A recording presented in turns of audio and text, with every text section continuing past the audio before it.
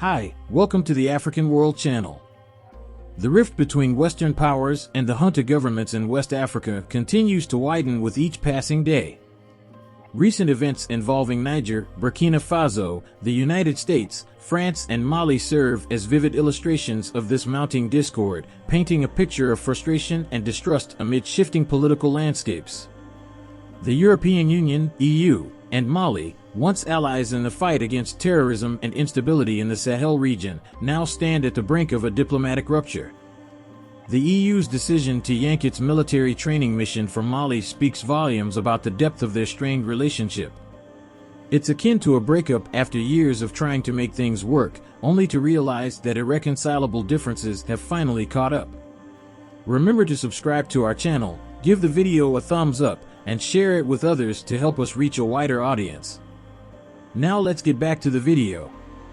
These friction points aren't merely diplomatic spats, they're manifestations of a region grappling with its identity, its autonomy, and its relationship with the global community.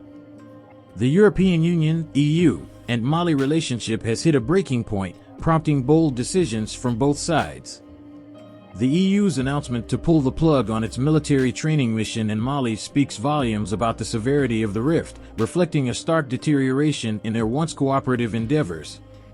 This move echoes a similar suspension in 2022, triggered by Mali's reluctance to join the G5 Sahel initiative, a collective effort against terrorism in the region.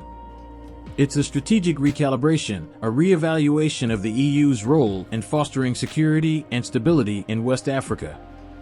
The European Union's military training mission in Mali was initially conceived as a cornerstone of international efforts to combat terrorism and stabilize the Sahel region. However, a closer examination reveals a narrative of missed opportunities, flawed strategies, and ultimately, a failure to make significant strides in the fight against terrorism. One of the primary objectives of the mission was to train and equip Malian armed forces to effectively counter the growing threat posed by terrorist groups, particularly in the northern regions of the country. Yet, despite years of investment and training, the security situation in Mali has continued to deteriorate, with terrorist attacks persisting and expanding into new territories.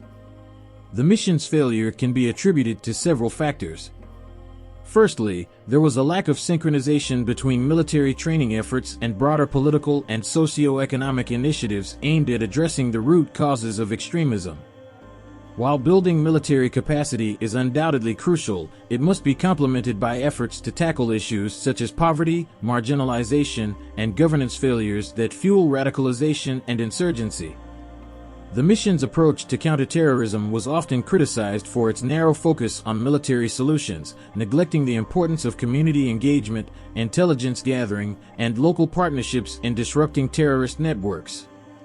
This myopic strategy failed to account for the complex and adaptive nature of terrorist threats in the Sahel, resulting in limited effectiveness on the ground. The mission faced challenges related to corruption, human rights abuses, and lack of accountability within the Malian security forces, undermining efforts to build a professional and trustworthy military apparatus capable of winning the trust and cooperation of local communities. These systemic issues eroded the credibility of the mission and hindered its ability to garner support and legitimacy among the Malian population. While the European Union's military training mission in Mali was launched with noble intentions, it ultimately fell short of its objectives and failed to meaningfully contribute to the fight against terrorism. Without addressing underlying structural challenges and adopting a more holistic and adaptive approach, efforts to stabilize Mali and the broader Sahel region will continue to face significant obstacles. Insiders within the EU's diplomatic circles revealed that the decision to wind down the mission, slated to conclude on May 18th of this year, comes after extensive evaluations of Mali's political and security challenges. For more than 10 years, this mission has been pivotal in strengthening Mali's armed forces and supporting the G5 Sahel, a coalition aimed at combating terrorism and instability in the area.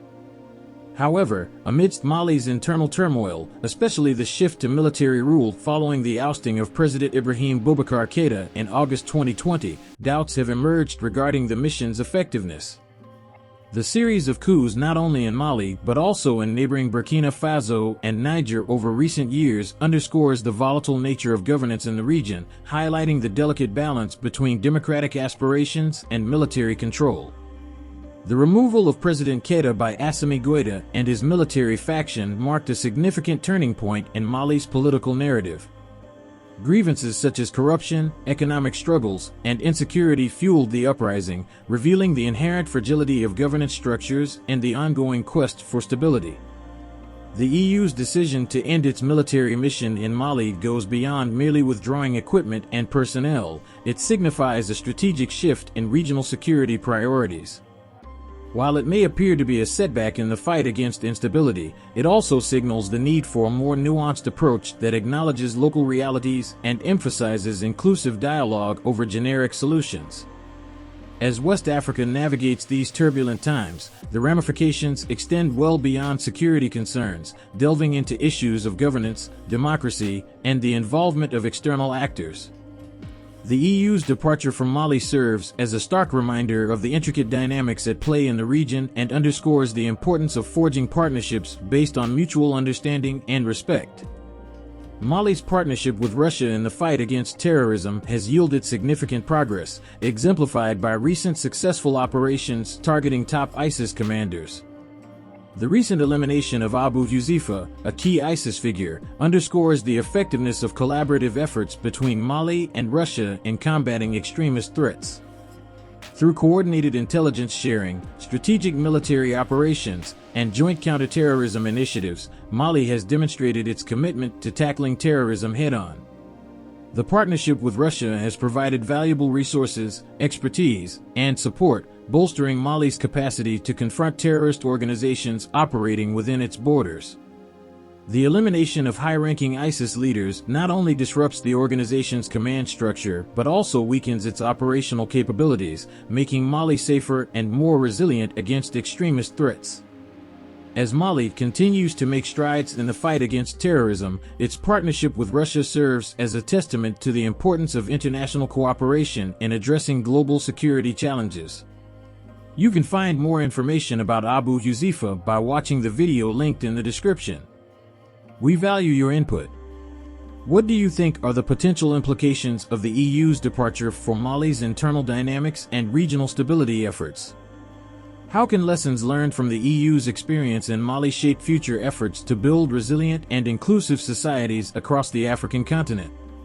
Please share your opinions in the comment section below. And don't forget to subscribe to our channel, like this video, and share it with others. Thank you for watching.